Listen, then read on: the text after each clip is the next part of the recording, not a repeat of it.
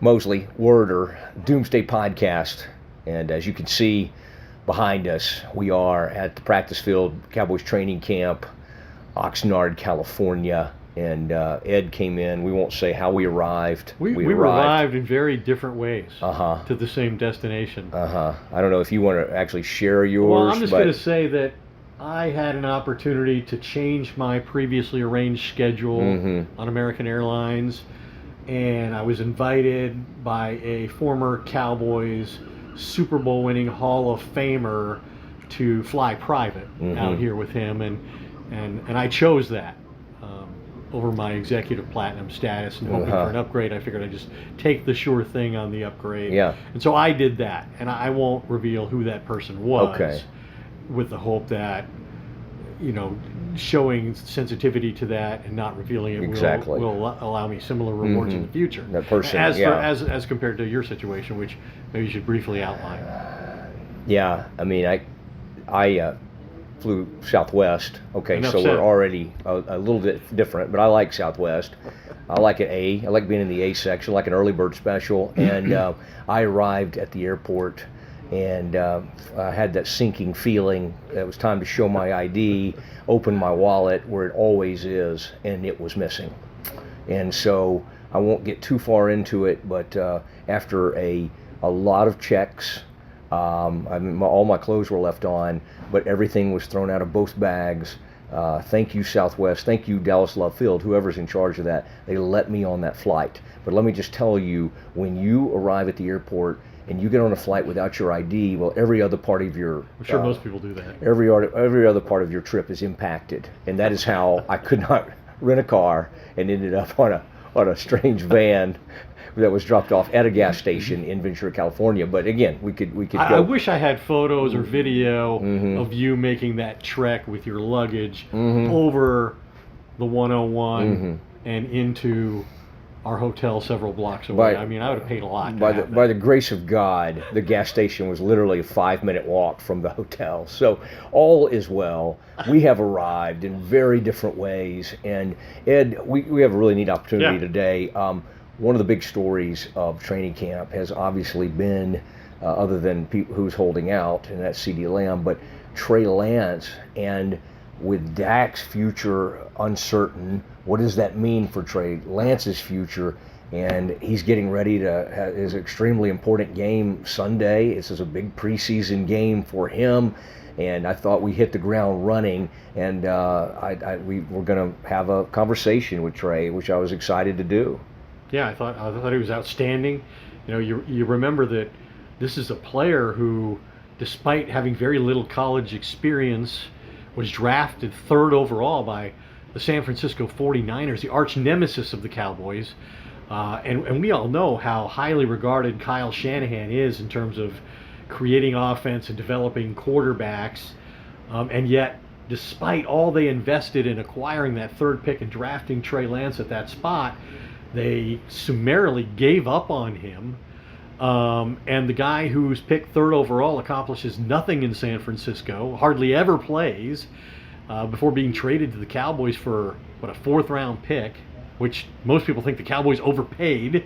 And then the 49ers go on to anoint Brock Purdy, who was Mr. Irrelevant, the last pick in his draft class, and he now is the heir to the Joe Montana, Steve Young throne, and Trey Lance is here trying to create an opportunity for himself and convince Jerry Jones that, hey, maybe if the Dak Prescott negotiations don't ever get resolved, maybe you do have a viable option on the roster to be the next starting quarterback. I mean, he's got a long way to go to prove that, but I'm sure that's what Jerry's hoping for in all this. Yeah. Anyway, I thought he had some amazing insights into his relationship with Dak, how he views his situation here in Dallas, and all he's been through.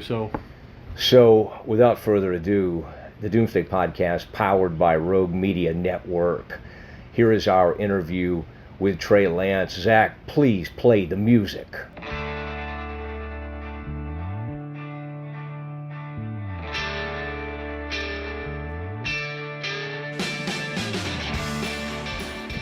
Guest on the Doomsday Podcast. Huge week, start of the preseason games, and Trey Lance is probably going to play more than any other quarterback on the roster. That's the expectation. And to get us started, why don't you get us started on the podcast the same way you do right before the ball snapped? Give us a good cadence. Yeah. Here we go. What he said. Let's do it. Let's ride. Ed, did that knock your audio off right I don't there? think so. I think we're good. We're still good. You and I are such technological wizards, we can handle all that. So to start with, give us a sense of how you're approaching this first preseason game, which I guess I don't know if you're going to start. You can maybe break that news. But you're certainly going to get more playing time than anybody else in these games. And it starts with the Rams on Sunday. Yeah, just very excited for it. I don't know what the timeline will be like of my snaps, but yeah, assuming I'll play a lot, excited to play as many snaps as I can possibly get. But yeah, just approaching it like I have every other game, honestly. Obviously different than a regular season game and the game planning and things like that. But yeah, just excited getting as many reps with these guys as I can, and excited to go out there and show what we can do. When it's been a while since you played, like, how much preparation do you kind of want or require? Because a lot of these preseason games, obviously, you don't try to put everything in and all, but you haven't done this in a while. How much are you wanting to kind of already, be prepared for and be ready to execute? Yeah, I mean, the most you can do is take everything I can from this practice that we're about to have tomorrow, and as well as just looking back at their preseason games the last few years. Obviously, new D coordinator, but has been in the system. So I guess, like I said, I think Thursday will tell a lot, but yeah, going to go out and attack it. I think that our offense, we have a great plan for whatever they throw at us, and obviously have a ton of confidence in the guys I'm going to be out there with. What is it you hope to accomplish in these 4 preseason games as far as winning the confidence of the coaching staff, whether that means you're the 2 or you're the 3 or whatever it means for your future here? What is it you hope to show them you can do? Yeah, just take it. I'm truly going to take it one play at a time. Play well, play with these guys, and obviously winning at the end of the day.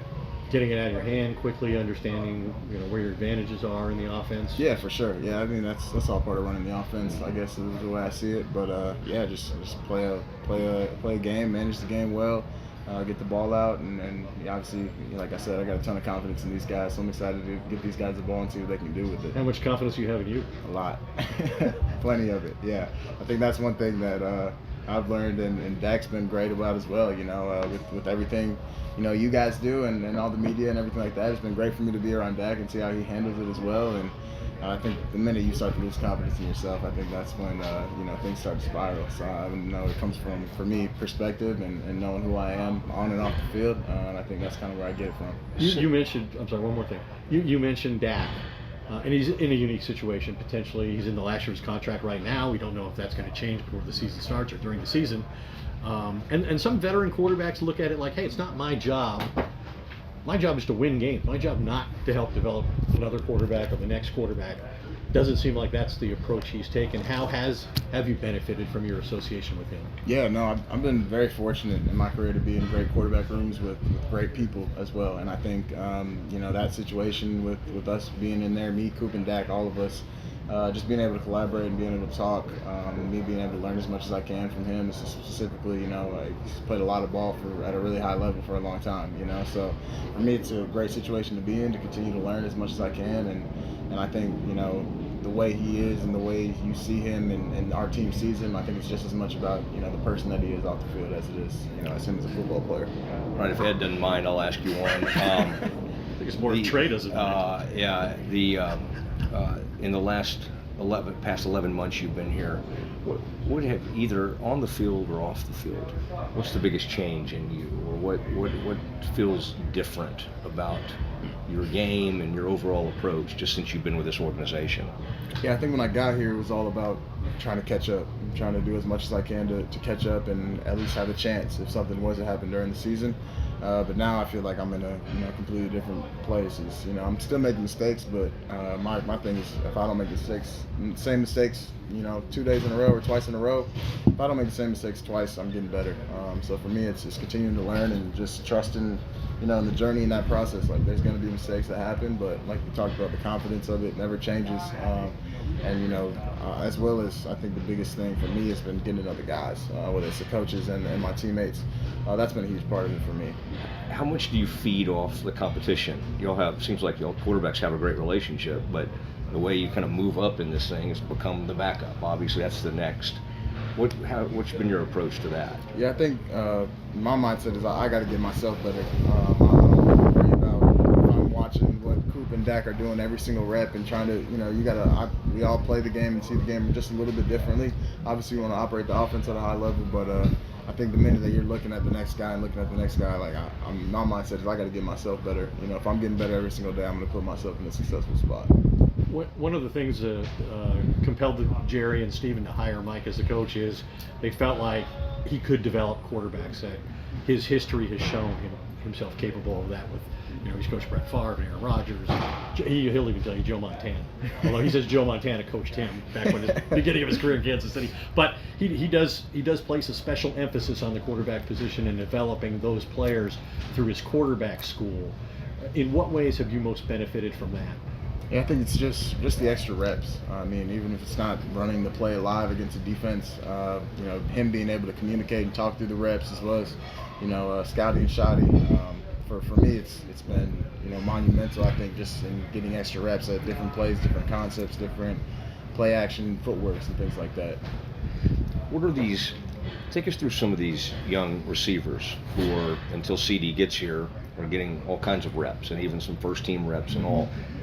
You've kind of worked with all of them. Who of those guys has kind of stood out to you, and did you even get to work with them in some of this off season and get some of that ingrained, some of the chemistry? Yeah. I mean, it's honestly been tough to name names here because it seems like everyone's had their day or their couple of days. T. Billy had a couple big days. Crop had a huge day yesterday. Yes. Tyron Billy Johnson. Sorry, he'll kill me if I say need a that. roster. Yeah. Yeah, man, it's been fun, and I mean, we took a trip to Oregon this year that Dak set up. Got to spend a ton of time out there. Brandon Cooks lives out there in the off season.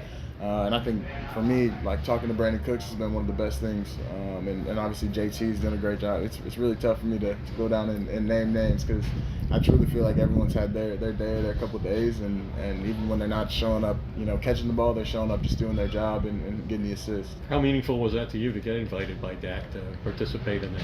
It was special. I think it was a really unique thing that we did, and just as much as I got out of the workouts, I think I got out of just getting to know the guys and being able to be around guys and go to dinner and just hang out, things like that.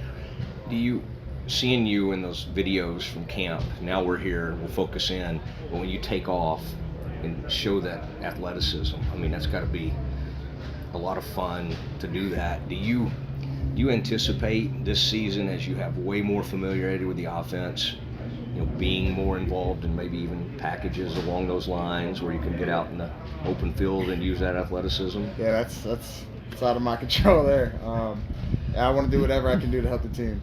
That's my mindset on it. If there is a package or something that goes in, great. If not, that's what the coaches think is best for the team. So that's out of my hands. I'm gonna let you talk to but people about that stands out. When people are sharing the videos and all, when something breaks down, you kind of take off. Yeah, try to use play the game. Like I said, I think we all play the game just a little bit differently. So was that always second nature for you, or is that something you've developed, like when to go, when not to, all of that? Have you kind of grown in that area? Yeah, for sure. I think you learn and you see different pictures, but at the same time, it is kind of a feel. You get a feel for it, and you see the Red Sea part, and you have an opportunity to do it, and you go move the chains.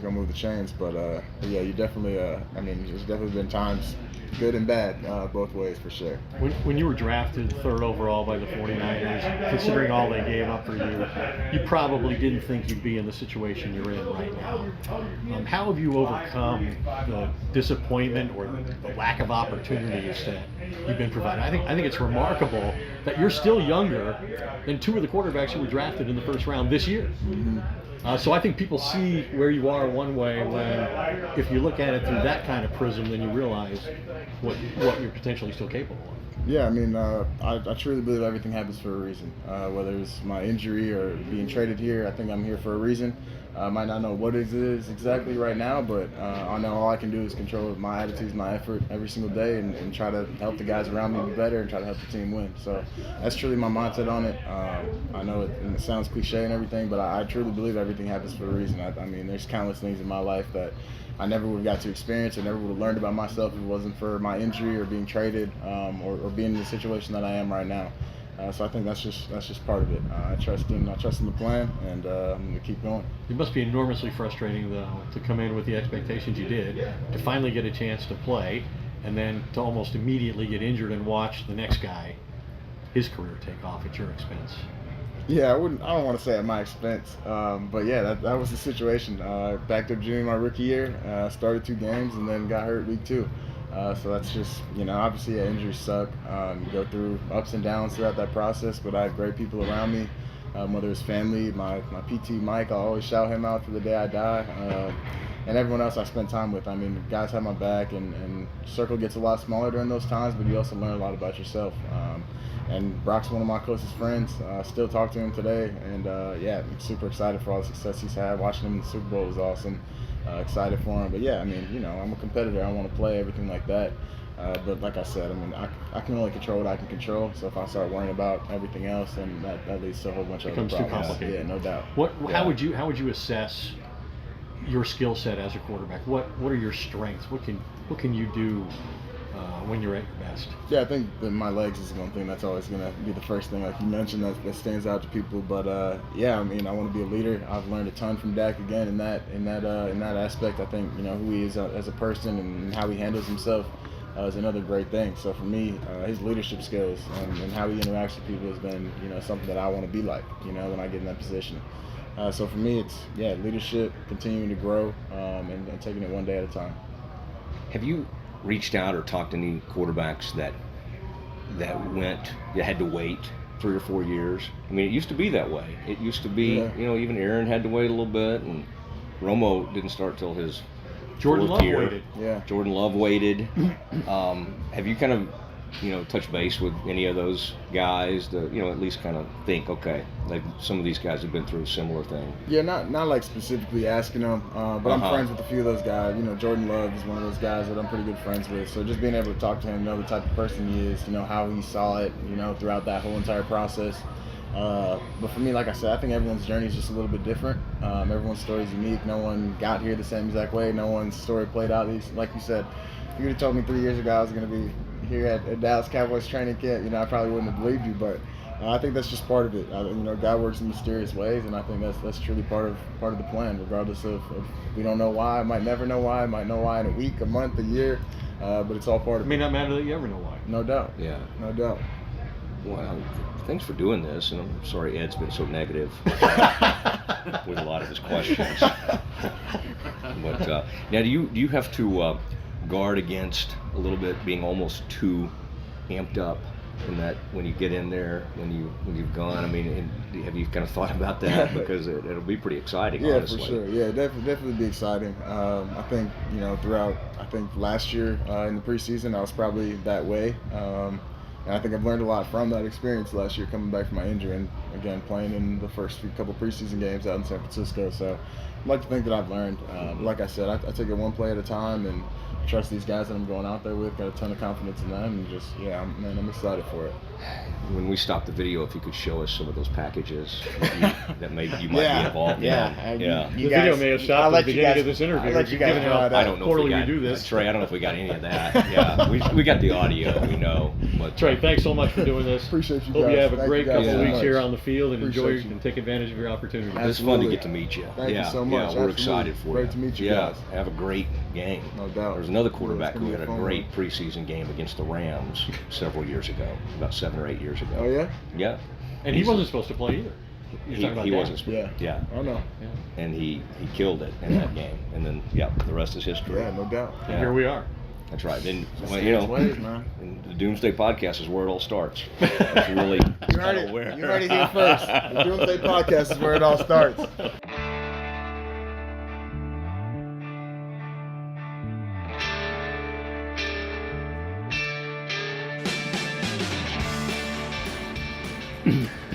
All right, Ed. man, enjoyed that conversation with Trey Lance, and a couple things that stood out to me. I want to kind of hear your takeaways, but I think we would both agree that Trey does have a presence about him. It's certainly not the hat in hand, just happy to be here. Now, I can't. It's hard to really. You talked about it at the right off the top. When you go through what he has, where bonus baby, give up all these picks, he's supposed to be the next big thing with the 49ers, the face of the organization, and it doesn't work out. Boy, that has to be an extremely humbling thing. But I don't know. It's hard to even account for like what all he's gone through.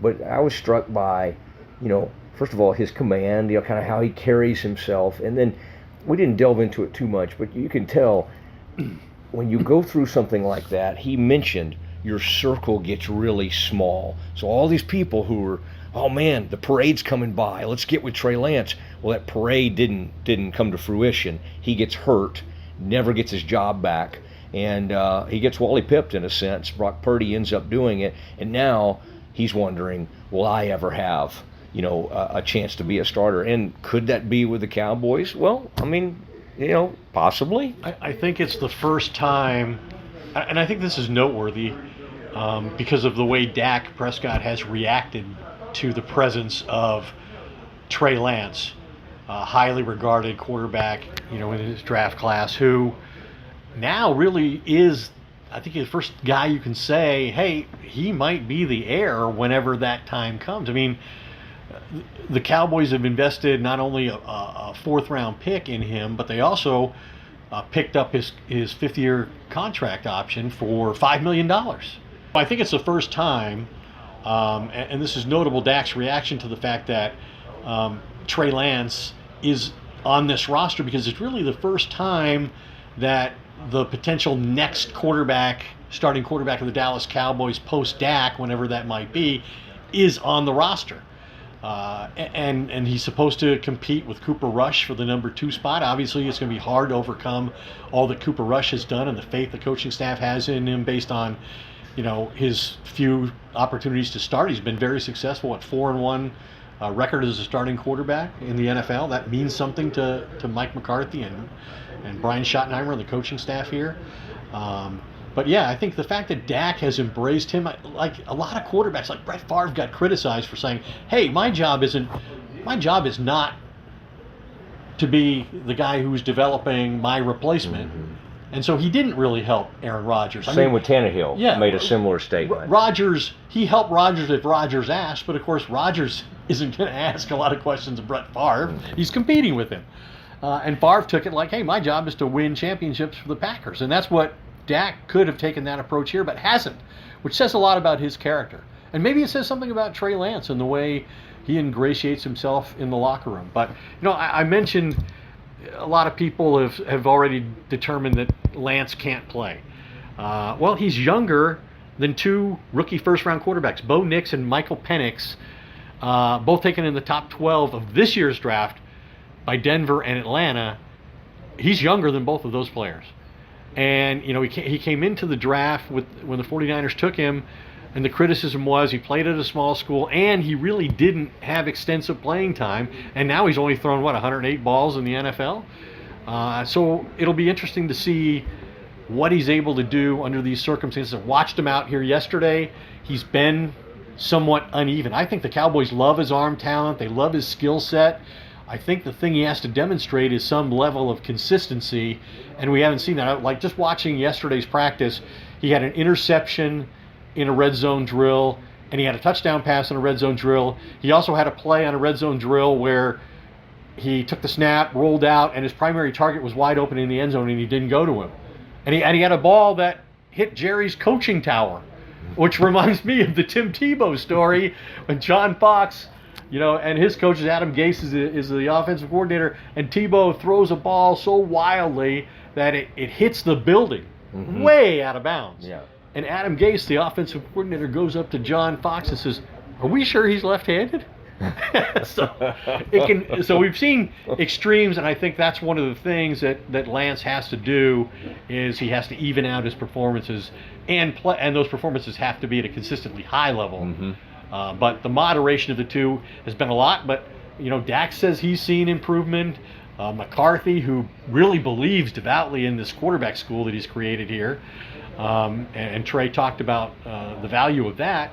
They've made a few changes in not only his footwork but in his throwing motion. So let's see how it all plays out in the games. But I think Jerry Jones is really hoping that Trey Lance performs outstandingly well in this preseason and is a viable quarterback for this franchise, and it could affect the negotiations.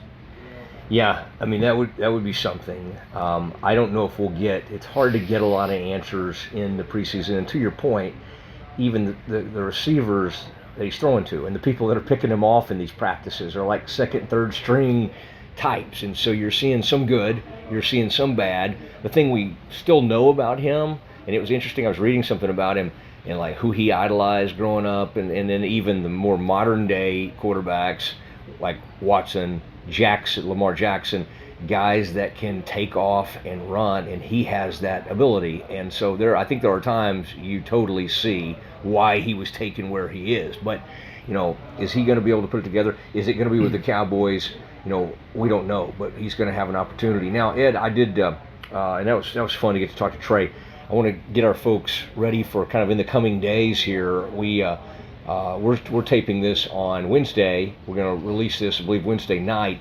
And on Thursday, it will be one of the big reasons we're here and why I'm not going to be gone on my 26th wedding anniversary is the Rams Cowboys joint practice. These things have become, in a lot of ways, bigger than the preseason games because you can really orchestrate things exactly like you want it. The coaches, we've seen skirmishes that break out in that thing. It'll be fun to see McVay and his bunch come in here expecting big crowds tomorrow. So anxious to see that. And then Ed, you've lined up, and I'll let you discuss this, but major executive with the Cowboys, and I'm very much looking forward to that interview. Yeah, EVP Stephen Jones confirmed during the media party last night at Nobu, right on the Pacific Ocean. First time I've ever attended that, but he confirmed that he is going to sit in with us, and obviously we'll get the latest on the CeeDee Lamb and Dak Prescott contract negotiations and where those things stand, and get his evaluation of this roster and all the draft picks that now look like they're going to have to contribute, just how big a loss Sam Williams was, and sort of the new approach that they've taken in terms of an off season of relative inactivity. And Jerry saying, Dak's had great rosters, and now he's going to have to learn how to win with less. So I think all of that will be a really interesting. And you mentioned the joint practice with the Rams, who, when Jeff Fisher was here, the Cowboys and Rams had huge fights, and ultimately they had to call the whole thing off prematurely.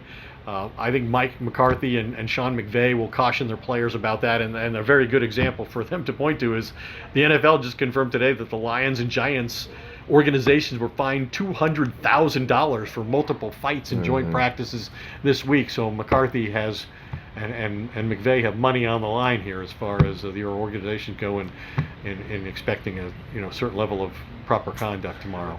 I feel like the fights involved. Is that Brian Broaddus? I think Orlando Scandrick was probably in the middle of that. I don't know. Wouldn't it be nice if Brian Broaddus could sit down and run through the roster with us at some point? It might make our other scout, a little uncomfortable. Fun stretch, Smith? We've worked together before. Oh, we'll think about it. Good to see We'd you love guys. to have you. Thanks, Enjoy sir. these two guys. Watch a lot. He belongs to my gym now, by the way. Is that good? We did. Is that good? I saw him on the track recently. Tried to holler at him, but he had his earbuds in. Big Rams practice, as we were saying. Yeah, Dez was involved. Helmets came off. There was a lot of stuff that I think this will be a little tamer. There was another joint practice years ago that I was here for, and the Raiders came to town, and that was kind of fun because the Raiders actually used to train here, And so the fans showed up, and I was expecting huge crowds. In fact, Ed, you and I both have a little bit scoffed at this because we don't think we need to be here 6 hours early for a 2 o'clock start. I don't think either one of us I'm used to want being to be at events 6 hours early, however, but That's I don't fair. have to like it. Yeah, and I may know some back ways. In here. We'll The guy who forgot his license on his way here is going That's to navigate the rest of the trip. FedEx That's to me. excellent idea. Hopefully, I'll have that. All right, Ed. It is the Doomsday Podcast. Thanks to Rogue Media Network. It is great partnering with people who, when we come out here and we need like all this sophisticated equipment. And by the way, while Ed was at Nobu, I literally stayed home figuring out the equipment. It's something that most people would figure out in about 5 minutes, but I was very proud of myself, and I had a breakthrough last night.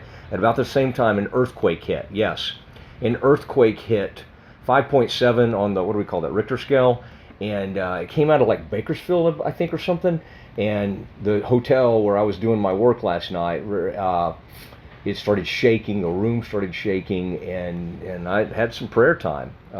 Had some time to kind of get right with the Lord as the earthquake hit. So But obviously you survived somehow. I made it. It is another episode of the Doomsday Podcast, powered by Rogue Media Network. For Zach and Corey and Mike and Ed And Trey. and Trey Lance, I'm Matt Mosley. Good night from Oxnard.